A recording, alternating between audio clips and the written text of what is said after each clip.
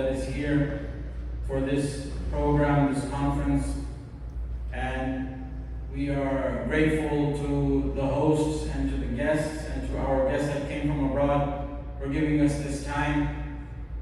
But alhamdulillah, these programs and these conferences, they're important because, post-Western Enlightenment, there is a prevailing ideology, a prevailing way that the people have been looking at the world before that and how people see the world after that.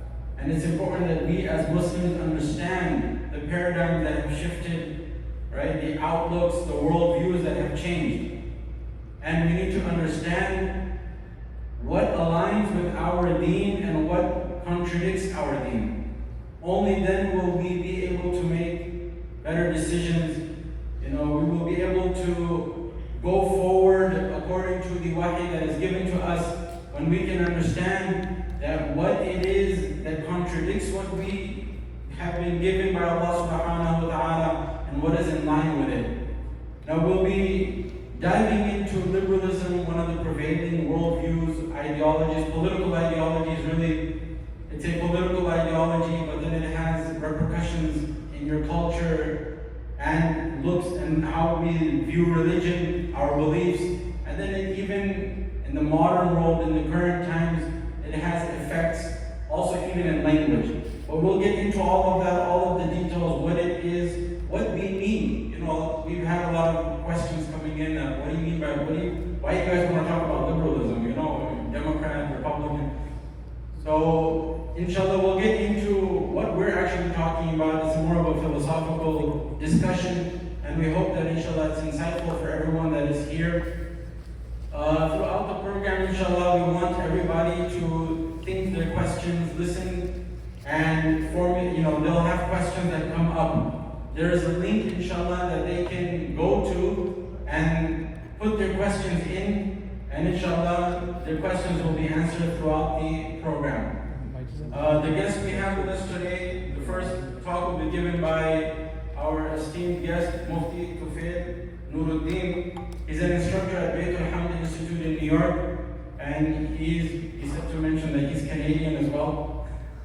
But he graduated from the esteemed institution of ilm and knowledge, Darul Uloom Azadil, from where he got his alim degree, and he did Ihya. And right now he's pursuing a PhD, or a master's degree, in Columbia University. And inshallah, the other guest that we have, I'll introduce him now as well, is Maulana Shakil Rahman Mia. He's the Imam of the Islamic Center of Burlington, Massachusetts. He got his alim degree from Darul Quran wa Sunnah. He has a bachelor's degree in psychology from the City College of New York. So inshallah, they'll be giving the talks, and then there's me as well. It's kind of odd for me to introduce myself, but everybody knows I'm from Georgia Islamic Institute and etc. So inshallah, I'll also be giving one of the talks. But I request everyone, inshallah, to lend an attentive ear and listen carefully to what's being said, what's being taught. Really, this is a teaching. And inshallah, you can post your questions to the link that will be provided. Jazakumullahu khairan. Assalamu alaikum wa rahmatullahi wa barakatuh. Inshallah, we request the first speaker to take up, inshallah. Jazakumullah.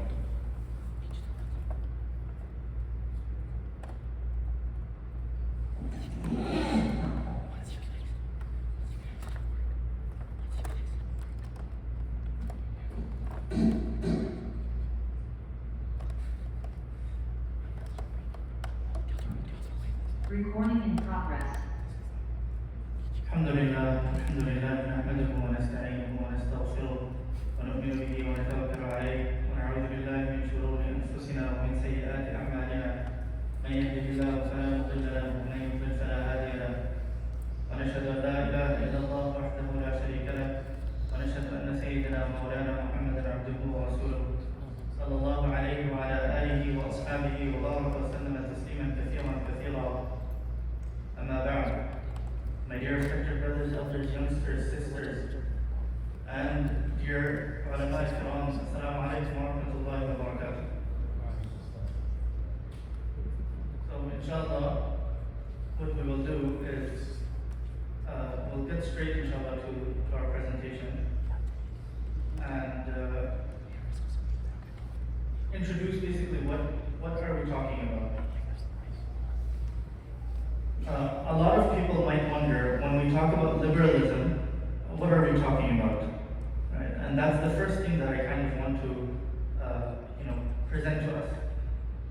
That when we talk about liberalism, then we are not talking about conservatives and liberals, political parties, the reds and the blues, Democrats and Republicans. That's not what we're talking about. In essence, what we are talking about is philosophical liberalism. And inshallah, throughout today, you will learn what liberalism is, how it affects us, the plight of Muslims throughout the world, and what's been happening to us. You see, because we see a lot of individual, particular instances of oppression, of need, poverty, suffering. We see all of these as individual instances, but they're all connected, and we'll see how they're all connected today. And when we talk about philosophical liberalism, whether it's Democrat or Republican, they both subscribe to this ideology. So this is also something that we want to make clear. Now, you already did get a little bit of an introduction to what liberalism is if you read the flyer properly, right? Maybe most of you didn't, but if you actually looked into the flyer and you saw what it said, it's a man-made religion. How is it a religion? Inshallah, we'll also go into that. So, the first session, inshallah, that we'll have is, why do we care about liberalism, right? First, we should define, to begin with, what liberalism is, right? And inshallah, you'll hear the other speakers also talk about this, but the way we define liberalism, and they define themselves, it's the promotion of freedom, equality, and autonomy of the individual. So, we have individuals, everyone has freedom, everyone is equal, and everyone is autonomous. Okay? And when we first hear this, it sounds like something amazing. It sounds like, of course, we are all free. We want a world in which we're all free.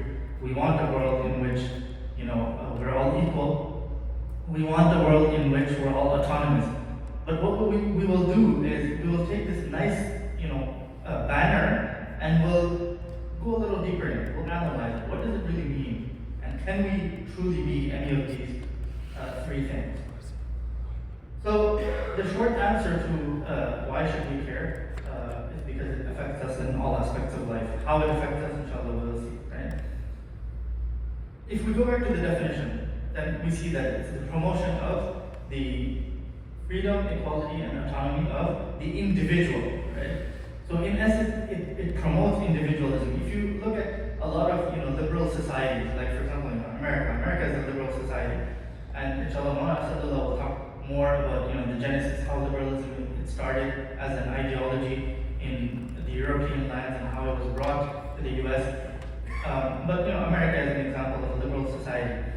Now, you might notice this, that there's a lot of focus on the individual.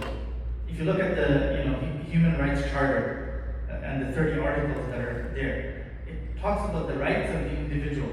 And similarly, also, if you look in the U.S. law, right? For example, some people, especially that come from more traditional societies, like people that come from back home, or even Muslims in general, sometimes we might wonder, why are we giving so much priority to what this one person wants or needs versus what the society actually needs, right? And we'll see today that Islam, it doesn't promote individualism. What is individualism? It's the fact that I am important. My needs are important, my rights are important. People should respect what I need and what I want. And we'll see that Islam, on the other hand, promotes communitarianism. That my needs will be fulfilled once I start looking at everyone else's rights. And think about this, it's like a magical formula, subhanAllah, that Rasulullah brought for us, that if everybody cared for the other, then everyone's needs are fulfilled. Does that make sense? If I care about you, and you, and you, and you, and you care about me, and you care about me, and you care about me, what happens? Everyone's rights are fulfilled. The opposite is that I look for my rights. That what are you doing for me? What are my needs? You should fulfill those needs, right? and you think that, and you think that, and everyone thinks that, and we're all just looking for our needs. But Islam teaches us that let's look at the other first. And we'll see many instances where the Sahaba radiallahu anhum, they cared for others more than themselves. And there are many instances like this, right? One very famous incident, that Shaykh Muhammad Zakaria, he mentions in the time of the Sahaba radiallahu anhum, one Sahabi, he had a goat head. Very famous incident, right? He had a goat head. And before cooking it and eating it himself, he thought that maybe my friend from the Sahaba, maybe he'll need it more, and he gives it to him. And that person feels like maybe this other person will need it more, and he gives it to him. And that goat head goes around 7 families before it comes back to the initial family, right? Like that, we also see on the battlefield, one Sahabi is dying, right? And what does he do? He needs water. His cousin is bringing water to him, and he needs someone else that's wounded, and he's looking for water. He says, "No, go to him first." And that Sahabi, he runs to this Sahabi that was wounded, and he sees someone else that was wounded, and he wants water. So he says, "No, go to my brother first."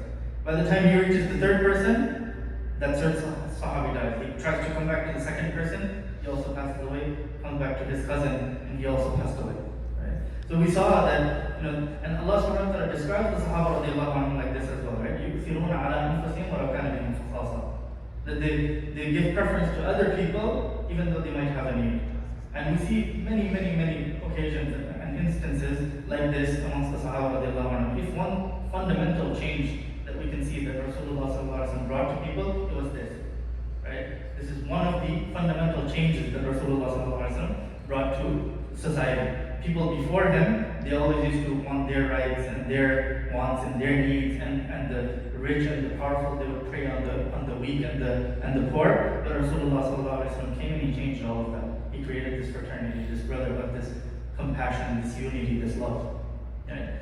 So liberalism is the opposite. Liberalism focuses, okay, you're a 5-year-old child. Let's talk about what rights you have and what your parents owe you and what they can do and cannot do to you. Right? You're a parent, you're a woman. Let's talk about your rights. Let's see what everyone else owes you. Right? And in Islam, it's the other way around. We see what we have to do for others. So if we look at communitarianism in Islam, we'll get in a little into financial laws. Many people are interested in Islamic finance, so we'll just take some bit of Islamic finance and financial ethics, and we'll look at how Islam actually promotes communitarianism. Right? So in fiqh, people that are acquainted with fiqh, they'll know this term of hab and fahish, right? Which is basically when a person buys and sells in a capitalistic ethos, in a liberal society, in economic liberalism. Obviously, we know that there are different types of liberalism, right? There's social liberalism, economic liberalism, political liberalism, and political liberalism, as Maulana Asadullah mentioned, it's what affects us the most. But inshallah, we'll delve into a little bit of each one of these. So in economic liberalism, a free market. However you want, you can sell something, right? And if people want it, they can buy it. And we saw many examples of this, for example, during COVID. You guys remember when people were stocking up like tissue papers, like hand sanitizers? You guys remember? And on Amazon they were like selling those for like crazy prices, right? And this kind of profiteering, it's something that economic liberalism will tell you it's fine. It's a free market. You put the price, if someone buys it, they buy it. It doesn't matter what the need is, right? Islam will tell you ghaban al-fahish is actually haram, right? You cannot do excessive profiteering to take advantage of people. And there are many other examples of this. For example, ihtikar. Ihtikar is also a legal concept in Islamic financial law. Ihtikar means that a person who is from the suburbs, who owns a farm, and he is the sole manufacturer or producer for a certain type of produce.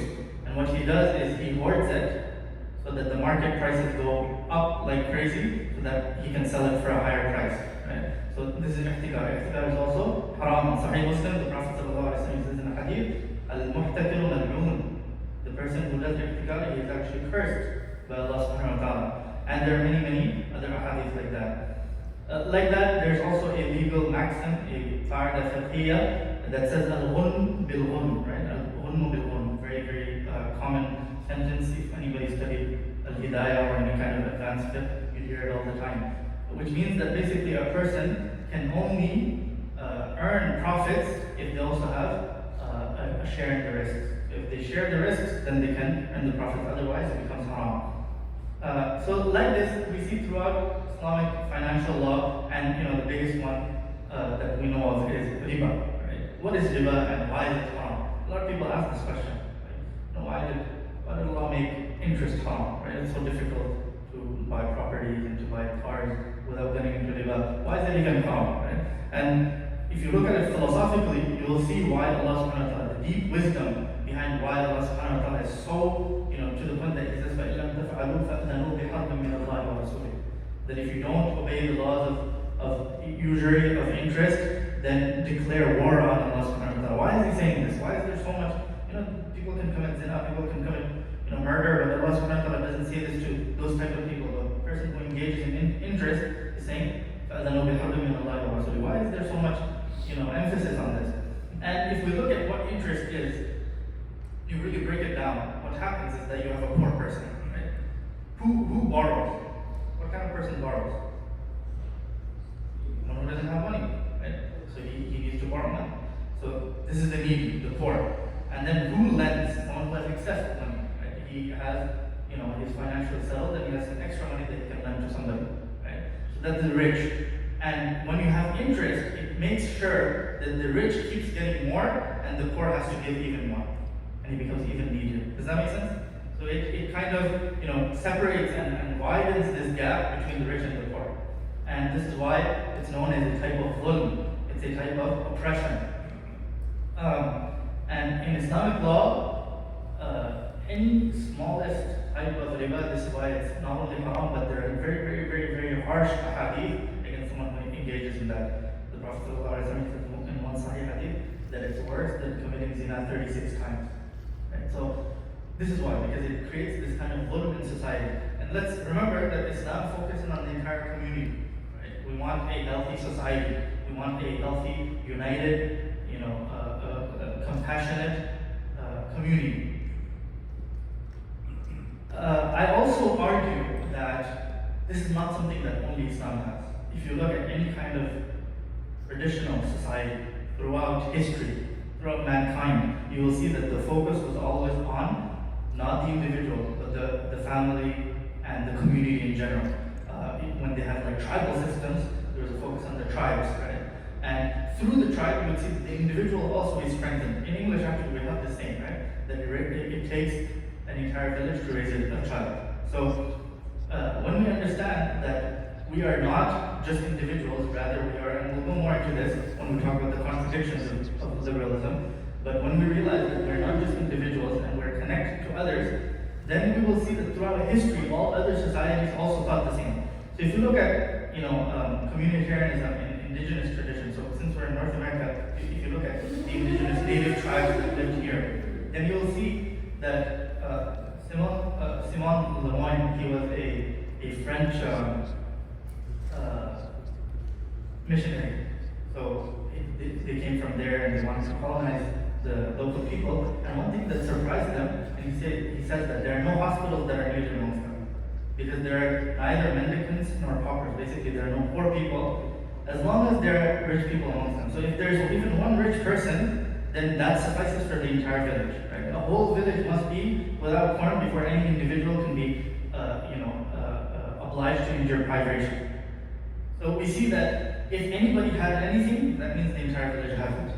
Nobody thought of this like, okay, this is my wealth, and I'll hoard it to myself.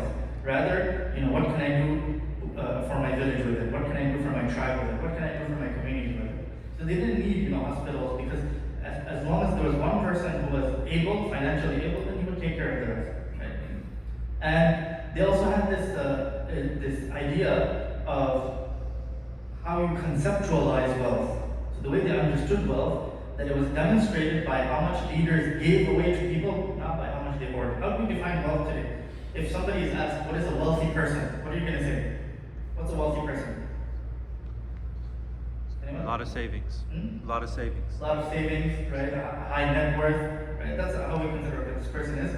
Which is funny actually, if you think about what that actually means. That means the more a person is not able to spend, the more they can just keep and have like a big number, and it's just there, it's sitting, it's not being used, then this person is rich. Like truly this person is successful. Which is, if you think about it, it's really funny because wealth is not something that is intrinsic. It doesn't have intrinsic value. We don't care about wealth for wealth. We care about wealth because of what it can get us. Like money is there as long as you can get something with it. If today it was announced that the US dollar is worth nothing, what do these papers mean? Absolutely nothing. They're good for maybe writing on them. You can make like nice shapes with them, that's all, right? Wealth or money is only there if you can buy other things with it, and you can do other things with it. And this is truly what economic liberalism has confused for us. We also argue that in Islam, liberalism is against the fitrah, and the reason for this is because when we define liberalism, we say that every individual is free, right? Every individual is independent, it's autonomous, which is untrue.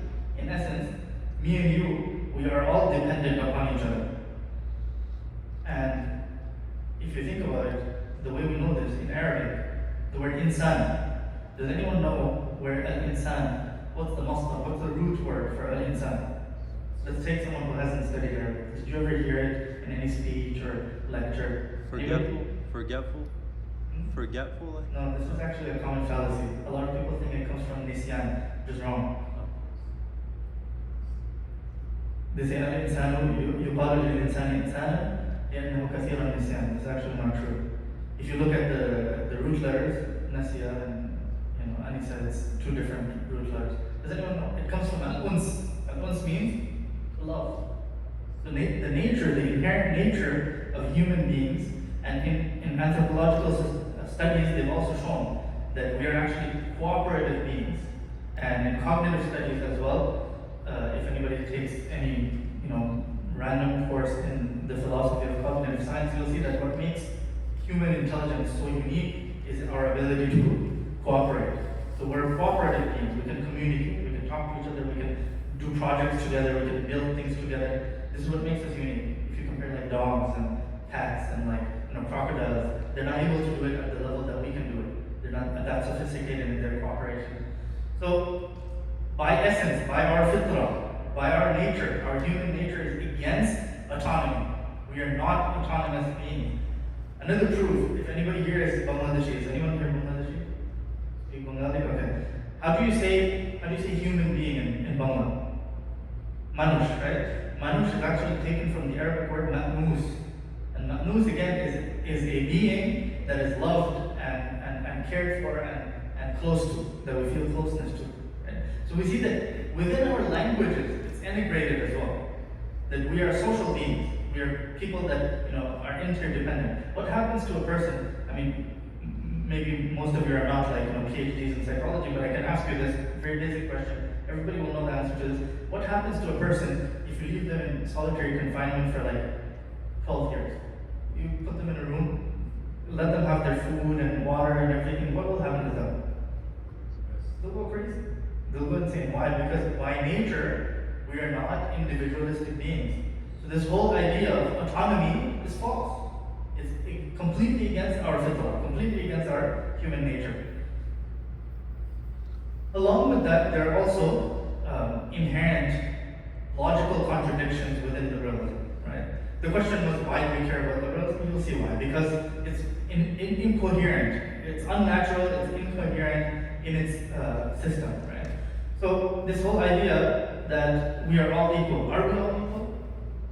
Who's equal? You're equal to me.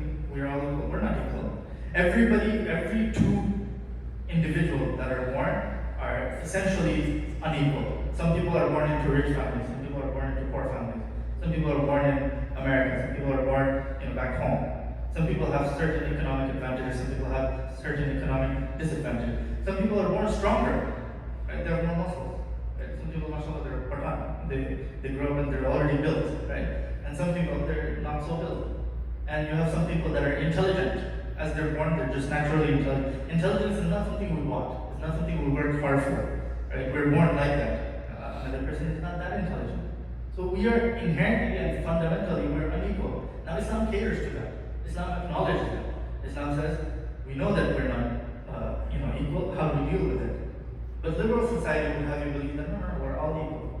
And then what does equality even mean? And there can be different understandings of, some liberals can say that what is understood by equality is equality of opportunity. Is that true? Do we all have equal opportunities? We don't all have equal opportunities, right? Every definition that you can bring of equality will fail, and we'll see the contradictions and the incoherences in them. Likewise, the statement, we're all free. Now this sounds really nice on paper. Like we all want to believe that we're free. Are we truly free? Karl Marx, was very, very well known in economic philosophy and just as a philosopher in general. He actually understands capitalism as a form of modern day slavery. Because we can pretend like we're all free, but are you free from your jobs? Can you live? Like, let's say you never worked a single day in your life. You can live? You can't live. So in essence, you are dependent, and you are unfree from certain hierarchies. There are certain people above you that can tell you what to do. Like if your boss tells you you have to come in at 8 o'clock, what time do you have to come in? 8 o'clock, right? Are you free? You're free to make your own choice? No, like you're my boss, it's nice and cute, but like today I'm gonna come at 10 o'clock. Can you tell them that? Today I felt like, I'm a free person, so I can come at 10 o'clock. You can do that? Some people can do that. Maybe they're their own CEO or they're and this is what everyone tries to achieve, right? Financial stability. But as you try to achieve that, you'll see that you become, more of a slave than actually a person who's working with a W-2, because now you have to work 24/7 to build this startup. You need to put even more hours. So in essence, we're not free. Are we free from society and structures? Like if a person decided that I don't want to be under any kind of political government, right? Liberalism tells you can be free. You have the freedom to choose, and they'll tell you that, okay, you don't like this political structure, go to another country. But what if somebody has a problem with all politics, and they want to be truly free? They don't want to work under a government. They don't want to be bound by any laws of society. Can they do that? Where can you go? Where can you go? Is there any parcel of this land that's not under some kind of political authority? Where can you go? You can't go anywhere, because wherever you go, there's a political structure, there's a nation state there, and it has its laws, and it has a whole system that you have to follow. So what are we actually free from? So we see these inconsistencies and these kind of incoherences. It sounds cute on paper, right? Like we're all free, we're all autonomous, but are we truly, right? And we're all equal, right? And we talked about this, that we see that in truth we're not all equal, because different people have different opportunities, different people have different cognitive abilities, some people have different physical strengths, and so on and so forth. So now what we want to look at is, what does Islam say about all this, right? Islam tells us that, for example, the hadith of Rasulullah sallallahu alaihi wasallam, he says, "Ad-dunya sijnul mu'min wa jannatul kafir." So Islam already defines for you that as long as you're in this dunya, you're in a prison. Ad-dunya sijnul mu'min. However, if you want to achieve true liberty and true freedom, then that world is coming for you, right? And that's what we have to work for, right? In this world, you can't fly. There's a world that's coming where you can fly. In this world, you can't just wish for a huge castle and a really nice ride. You can't just wish for that. But there's a world in which you can have that. You will have true freedom, true liberty. So Islam basically is being realistic with us. It's telling you that you do operate under certain parameters, but if you work hard and you do what Allah subhanahu wa ta'ala will be pleased with, then you will achieve freedom at some point. The big clash between liberalism and Islam, though, comes exactly at this point, that other religions, they limit themselves as to where they can speak, right? Like for example, if a person is a Christian, Christianity doesn't tell you how to operate as a political force. Some tells you that, be a certain way to your neighbor, be a certain way to people, come to church on these days, and this is what you have to do, this is worship, this is how you pray to God, and so on and so forth, this is how you seek forgiveness, and it's all nice, right? But Christianity, what it doesn't tell you, for example, what are political laws, what are financial laws, what kind of sales can you actually, perform? What kind of loans can you take and give to people? As a husband and wife, what rights do you have upon each other? There's very basic laws that are mentioned, but when it comes to details, there's nothing. Now, Islam, on the other hand, is an entire worldview. Islam will even tell you what is an ethical way of going to the washroom. Subhanallah. If you look at the hadith in Jami' al-Tirmidhi, Salman al-Farisi radiallahu anhu, he encounters a group of Jewish people. And the Jewish people, they try to make fun of him, right? He's in Medina al-Munawwara, there's already native Jews there, and they try to make fun of him. They say that your prophet even teaches you how to go to the toilet, how to relieve yourself, how to answer the call of nature. And they try to mock him, they try to laugh at him. And Salman al-Farisi radiallahu anhu, with pride, he says that yes, my Rasul sallallahu alaihi wasallam also teaches me how to relieve myself, how to clean myself. He teaches me hygiene. So Islam will tell you even how to eat. What's an ethical way of eating? What's an ethical way of, for example, sharing food with people? What's an ethical way of cooking? What's an ethical way of walking and talking to people? What's an ethical way of being with your children? What's an ethical way of sleeping? All of this Islam outlines. So it's not a religion. I always say this, that the word religion is a very bad word for Islam because it's not a religion, it's a worldview. It's an entire way of life. It doesn't just tell you, what to do on Sunday or on Saturday. It tells you exactly how to be throughout your whole life. It's a holistic system. And on the other hand, liberalism is also like that. Liberalism also tells you how to live your life. And this is where the fundamental clash comes in, right? Liberalism will not have as many problems. They have a problem in general with religion, but they don't have as many problems with Christianity, Judaism, Hinduism. As a matter of fact, the more the religion is very abstract, the more it's likable.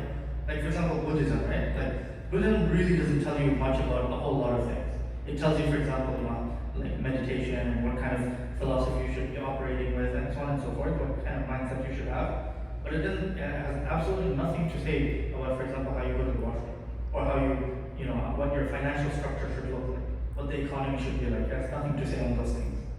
So, because of that, the more abstract it is, the more liberalism actually likes it.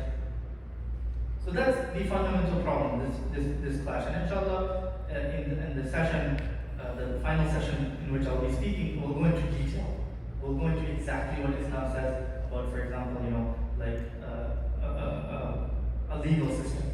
What it says about the scientific methodology, right? What is an Islamic scientific method, right? We'll compare all of that. We'll actually have a chart that goes into all of those details.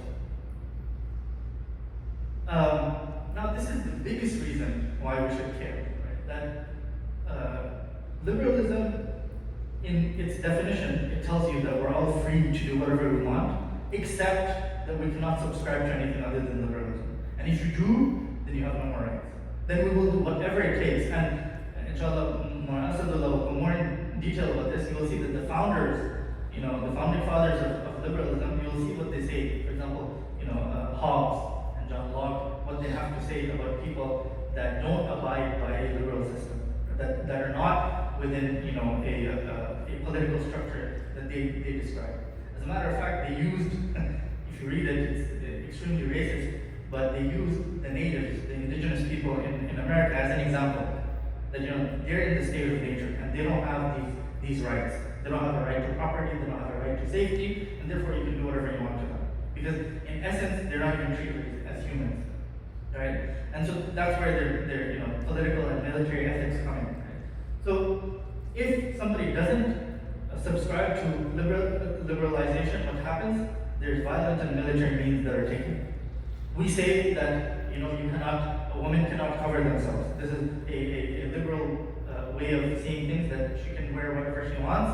If you don't like this, then we will come to you, right? We will take our entire military and we'll bully you. We'll force you until you start believing those things as well. And if not, then we'll choke you economically.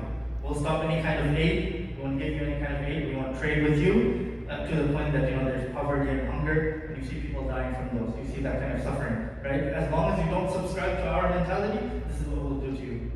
So as much as there's freedom, there's actually a big lack of freedom. And then via social acceptance, right? So the nafs, unfortunately, is a certain way, and that's our test, that we like to be free. The nafs, the way it is in in its essence is that we don't like to submit. It's hard for the nafs to submit to anything. And the entire definition of Islam is to show submission to Allah subhanahu wa ta'ala and his system. And we trust him and we love him. Why? Because he is the programmer, he is the engineer, and he has made us, and he knows how our cognitive system works, and he knows how we would thrive and succeed. He knows what kind of society would be, to make us happy, would bring us that kind of success. Right? So that's basically the essence of Islam. Similarly, there are educational stratagems, and this is, I think, something that needs to be researched a lot more. I have a few papers that are written on this, that you will see that if political and military means don't work, then liberalization happens through education system. Muslim nations or Muslim countries will be, their entire education system will be changed. And this you can actually find Lord Cromer, so I listed him in the presentation. Lord Cromer, he's actually a very well-known British official that was sent to Egypt. And he has an entire writing, an entire book in which he actually describes what kind of educational policy you should take so that the minds of the people can be changed. And similarly, in the Indian subcontinent as well, when the British went, and this happened really throughout the world, right? If you know about, in America, you all know the boarding schools, right? Everyone knows the boarding schools? In Carlisle, right? No? Never heard of this? SubhanAllah, this is like national news. But actually it was a bigger thing in Canada. So there were many, Americans are usually late to acknowledge these things, and Canadians are supposed to be nicer, so they apologize for everything. But basically there were residential schools, boarding schools, in which native children would be taken from their parents and then brought into those boarding schools, and all of their systems would be changed. Like, they weren't allowed to speak their native languages, they had to speak English. They weren't allowed to even actually communicate with their family members in their own languages. They weren't allowed to wear any kind of traditional clothing, they had to wear Western clothing. And there are actually really nice books that academics have written where they actually show comparisons, like before and after. What did the native kid look like when he was with his tribe, and then when he went to the boarding school, what they turned him into, right? Table manners, for example, they weren't allowed them to eat traditional food, to eat in traditional manners. Rather, they have to sit with the 36 utensils that the British provided them with, and so on and so forth. So basically, the whole point of the education system was how we can turn them into us. And there was actually a very well-known official in the US Army who was known as Richard Pratt, and he said this. He said, kill the Indian, save the man. Kill the Indian, save the man. So you have a very good man, save him, but remove the Indian, the indigenous native person out of him. Right? So this was basically the idea, that how can we erase people's identities, replace it with European identities, and let them know that they're subjugated to us. Right? So the last form that we see is mass media. So through the news, through films, and so on and so forth, liberal ideologies are also spread. You'll see that throughout films, you'll have a certain depiction of what Muslim people look like. You'll have a certain depiction of what African tribes look like. You'll have a certain depiction of what South American tribes look like. And you'll also have a depiction of what the white man looks like. And so through mass media, a lot of ideas are also infiltrated. And this mass media is not only accessible to people here, but throughout the world. So you'll find throughout the world, if you go, people aspire to be like the white man. They want to be fair in their skin, for example, right? Fair is all of a sudden considered beautiful, right? Their aesthetic definitions have been changed as well. And then their clothes, they want to look like, the white man. Their manners, their speech, they want to speak. If they see a person who can speak fluent Arabic and another person who can speak fluent English, you all know who they consider, more educated and more sophisticated. So this is basically, my conclusion, that the biggest incoherence and the biggest contradiction that you will find within liberalism is that it's not liberal at all. It's actually very, forced. It's very, kind of shoved down your throat. And that's my conclusion. Inshallah, we have the rest of the day. We'll see how liberalism started. We'll see what its effects are on Muslim societies and where we can go forward from that, inshallah. And we'll talk about some decolonial and liberalizing systems and methods that we can use to, first of all, acknowledge what's happening and what ways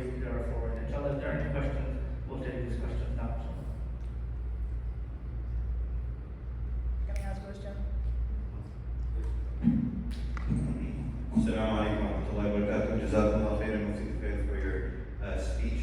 So, the brothers and sisters who've been at our events before, you know the way that we take our questions. So we have a link, ask.projectihya.com, and it's a Google form. You can just submit your question, and we'll alternate between brothers and sisters. So the brothers can stand up and ask their questions if they want, or they can submit their questions anonymously on the form, and the sisters can also submit, and inshallah we'll alternate. So inshallah we can get started with the brother. So please give your name and ask your question.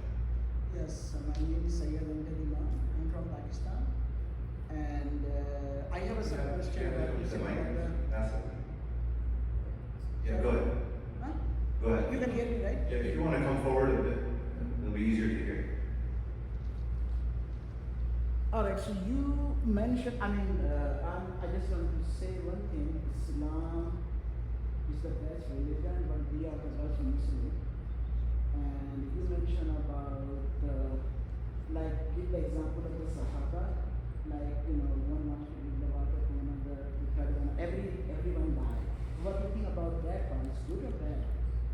If the first Sahaba can drink the water, he may save the life of the second and the third. If you will go on the airplane, but they tell you, I'm not saying you should not take care of each other, you must. But whenever you're going on the plane, but they said first you have to take care of yourself. Take the oxygen, then you can help each other. So this is a good example. Everybody died. If one can bring a water, maybe he survive. He can save the second and the third. Your second part about when the COVID was going on, and you said there was some kind of like a shortage of supply and the price was go up. I'm from Pakistan. What happened when the Ramadan comes and the Eid comes, the prices go up. But here in this country, when the Christmas and the New Year comes, the prices go down. I do a lot of my shopping during that time. The third thing, I think it's better if we can do no, one question at a time. I love Islam. Islam is the yes. So There's no problem with your questions. I just want to do one at a time. Okay, Because fine. if I take too many, it's going to be hard to cover them all. Yeah, so inshallah. So we'll start with the first question, the incident of the Sahaba, right? 3 people, so the question was, would it have been better for those 3 Sahaba not to, sacrifice the water and give it to the next person, and maybe the first person would have lived and he could have helped somebody else out. Just like in planes, they say that put the oxygen mask for yourself first and then help the person next to you. Well, actually, if you look at that, there are a few ways to look at it. Number one, the person is still wounded. Just because they drank water doesn't mean that they can go help someone else, right? If your arm is cut off, I think you have bigger concerns than going and providing medical aid to someone else. So that's one thing to look at. The second thing to look at is in Islam we don't consider life has a huge importance, but it's not the ultimate, because we also the way we see death is just a portal to another life, a bigger life and a different kind of life in which we have access to more things. So I understand that, especially in nowadays, we have this mentality of life is the end of everything. In Islam, we don't see life as the end of everything. We just see it as a continuation into a different realm. So for those Sahaba, they didn't consider as important for them that I must live on. Rather, if that meant that their brother could live on and they could be in Allah subhanahu wa ta'ala, that's just their own personal preference. Right?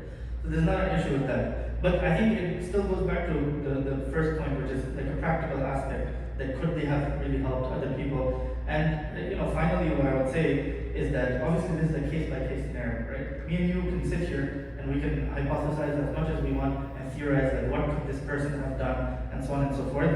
But at the end of the day, in the heat of the battle, they had to make certain decisions. Islam does consider actually these aspects that you're mentioning. We call it afafal dararain. There's actually a legal tool just for this, that which one has the bigger harm. And the fatwa actually goes according to which one will take the lesser harm. So we have these legal tools in Islam. I was just providing an example. So I think it's a good question, but I think this is the way we can look at it. Second question you had is about during COVID, the price gouging that happened. So what happened is not exactly what you mentioned. It's not that there was a shortage of supply. a demand that was created. Like some people were going to Walmart, buying all the hand sanitizers or as many tissues as they could, and then reselling it for a higher price. There's a difference between the market changing and you purposefully causing that change in the market and forcing people to pay more. Now you're right, maybe in Pakistan, certain things happen, but Pakistan is not an example of like what an Islamic economic system would look like. Pakistan is not too much different than America. The entire world has been liberalized. That's exactly what our claim is. The entire world lives on a capitalistic, secular, liberal society. So as much as we want, we don't really have a practical example today of what we aspire to do is look back at the way of the Sahaba and see how we can, recreate those systems here. So I don't think, comparing Pakistan and America is a good example. Rather, what we should look at is what is the idealistic, which is basically the Sahaba, the Tabi'un, the example of the Prophet ﷺ, and that's how we should compare. So, Before you ask your follow-up, I'd like to go through the other questions as well, and you can ask yours again, inshallah. Because I don't want to just make this be a one-on-one. So the next question I'll take from the sister side.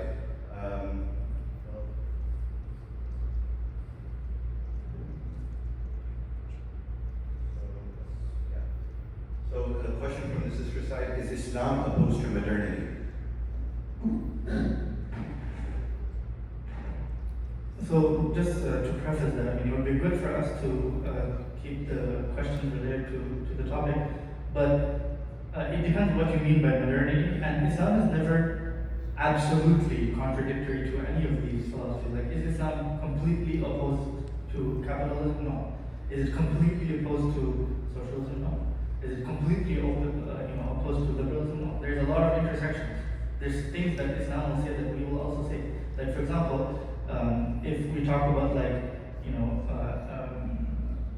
equality in pay, right? The pay gap, we call this the pay gap problem, right? Like basically, men and women doing the exact same job, but you're paying men more. And now Islam is an advocate of that. Islam will tell you that based on the labor of the person, you pay them equally. You don't cause this kind of injustice where just because somebody's a woman, you pay them less.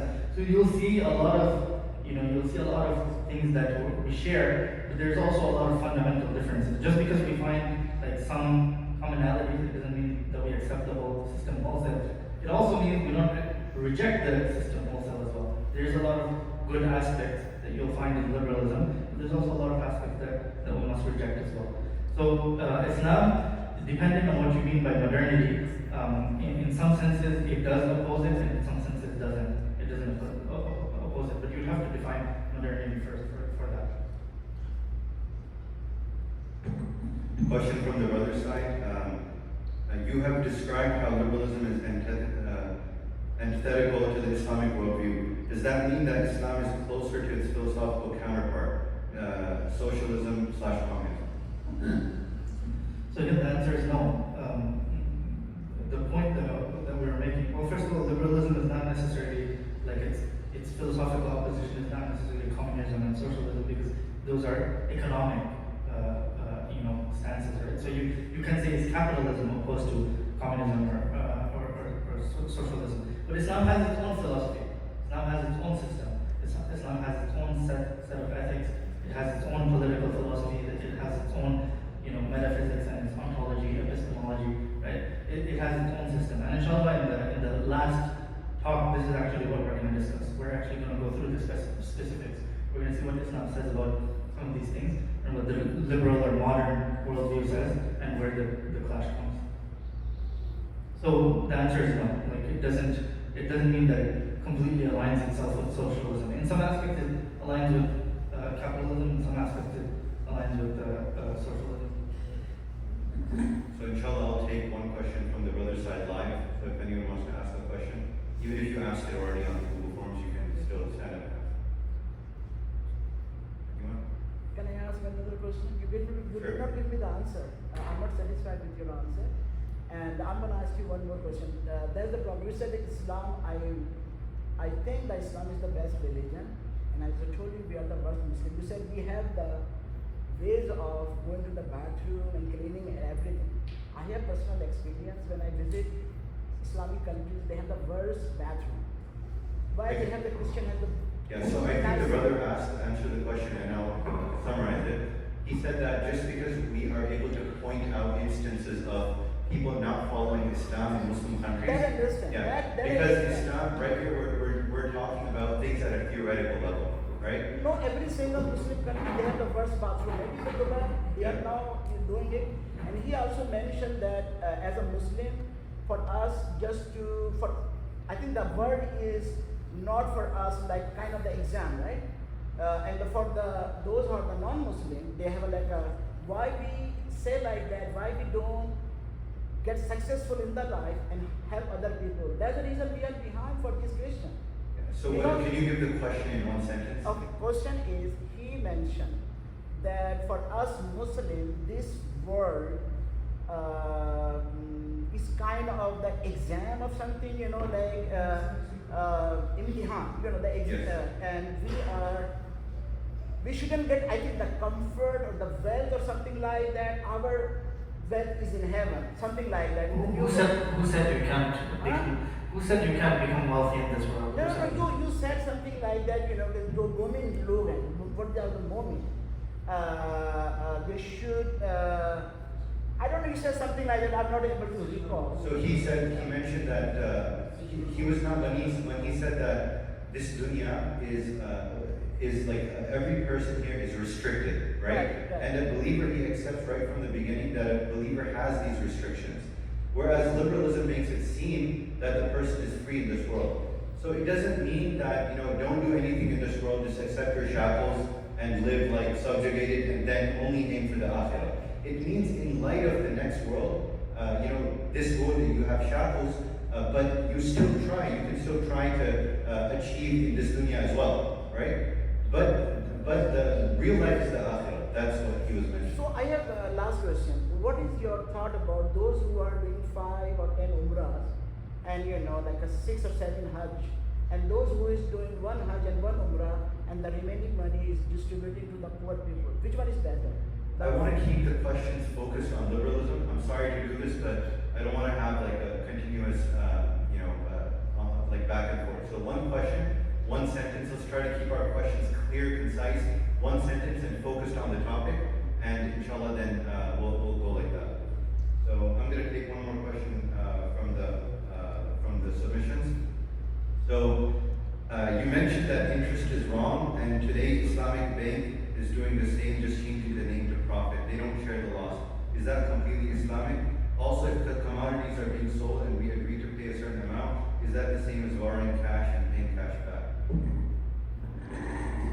I think that's a really good question. I didn't understand the second part. Can you repeat the second part?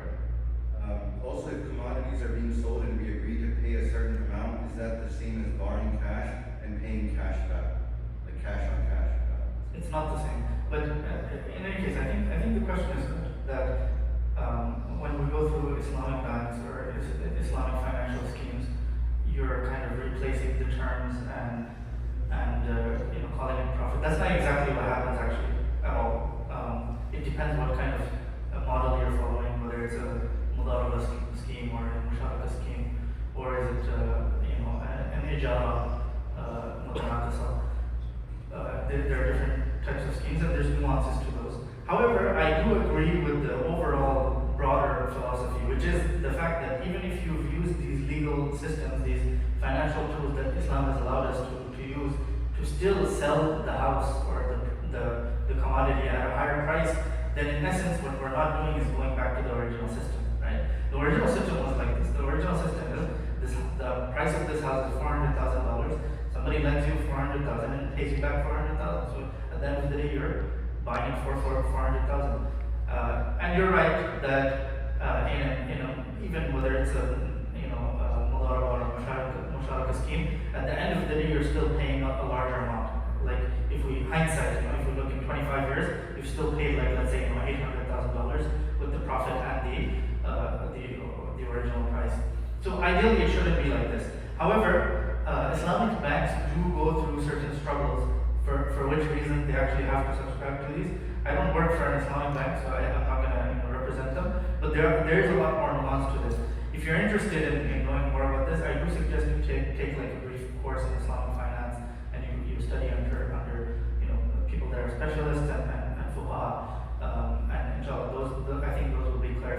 But I do agree overall, like all scholars will agree that it's not ideal. The way we have Islamic banks today is not ideal. We should have community-based systems where, actual real qard is given, qard hasana, the way it was in the time of Rasulullah sallallahu alaihi wasallam, it was given. There are models like that exist throughout the world. Like if you go in South Africa, there are families or communities that get together and they will all pitch in some money, and the first person's house will be bought, and then second person, third person, fourth person. So everyone ends up not paying any extra amount. So I think those are actually better systems. But inshallah, we need to work towards building those models. Actually, some ulama, very recently, we've been thinking about creating systems like that and make Dawah more successful, inshallah. So I think the question is a good one. Philosophically, I would agree that we're not ideally where we should be. Jazakumullah khairan, and inshallah we'd like to invite our next speaker. We'll have question and answer session after every session.